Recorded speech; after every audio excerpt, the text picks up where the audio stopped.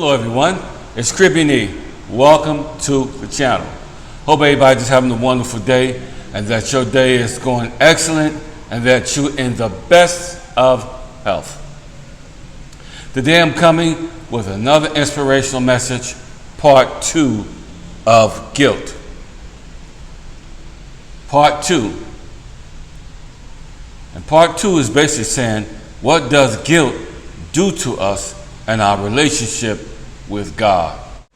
So, I want to reach out to all of you that are still carrying all this guilt that don't have your name on it. That's got to go.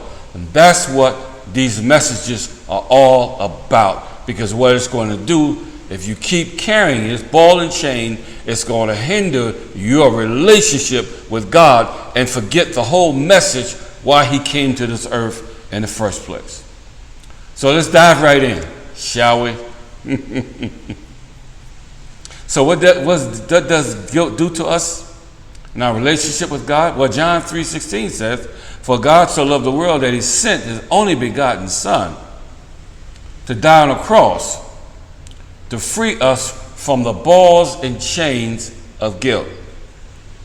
I hope you're getting this, because guilt is a ball and chain. And you can drag it around the rest of your life, or you can get some bolt cutters and release it. Guilt came to destroy your outlook. And it's a horrible beast.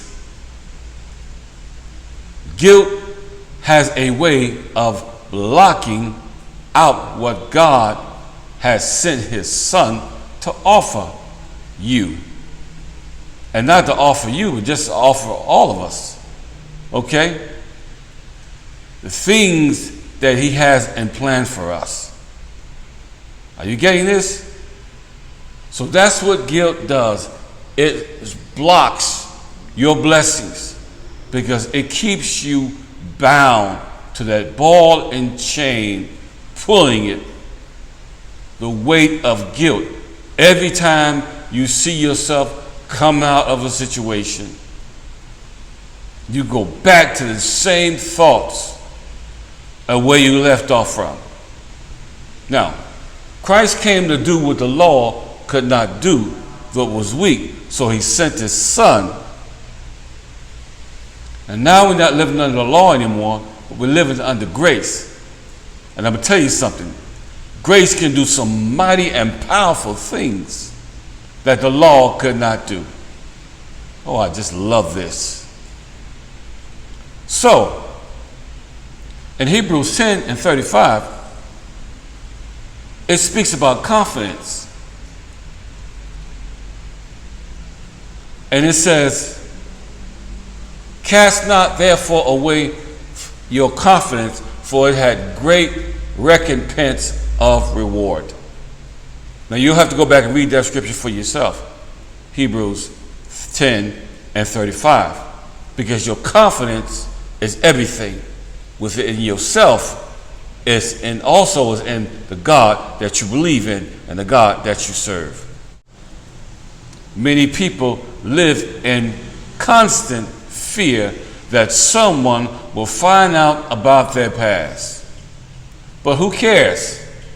Because they don't have no heaven or hell to put you in. So you still don't have no excuse to be linked up and locked up to that ball and chain. Things happen in life, but that don't mean you have to be bound by it for the rest of your life. Things happen.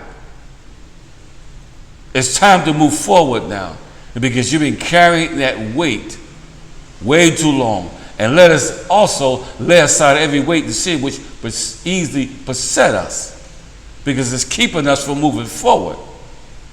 So guilt can also separate us from the love of Christ, which is in Christ Jesus. And that's what the devil's plan is in the first place, is to separate you, is to let that guilt eat you up so bad. You did this and you did that, and you're horrible. God don't love you. He don't care for you. And it'll begin to eat you into your core, into your skeleton. where you can't even recognize who you are anymore, and you can't even recognize who you're created anymore. That's his job. The devil's job is to kill, steal, and to destroy. But don't let it happen to you. So, in closing, so Judas' guilt separated him from his relationship with God. And that is obvious if you know the story. This was never God's plan for Judas to go out this way. For 30 pieces of silver. And even when he tried to give it back, the guilty conscience still took him to hang himself on the tree. This was never God's plan for Judas's life. And it never, ever will be for your life as well. Let us pray. Our Father, we just thank you for being a God of compassion, a God of love, a God of destiny, a God of purpose, vision, and of a sound mind. And we still trust you, and we still believe you that you're going to get us through what we're going through. No matter what it may be, let it not separate us from the love of Christ, which is in Christ Jesus. And God, we thank you. We walk with a smile on our face and our heads hung high because we know that you got our back. When all else has failed, you have our back. Now, God, deliver us from this ball and chain of guilt, and let's go freely and take on the things that you have come to offer us through your Son who died on the cross to set us all free. And we thank you so much for this part 2. Now prepare us and gear us up for the part 3, the conclusion of the whole matter. And we shall give you praise in Jesus' name. Amen. All right, ladies and gentlemen, I hope you enjoyed that message. Take it, apply it, put it into your heart, walk with it, talk with it, and God will speak to you as it relates to guilt. So, in the meantime, between the time, always remember that life is to be enjoyed. Don't forget to hit that subscription, notification, or videos thumbs up. And guess what? We'll see you on the next video.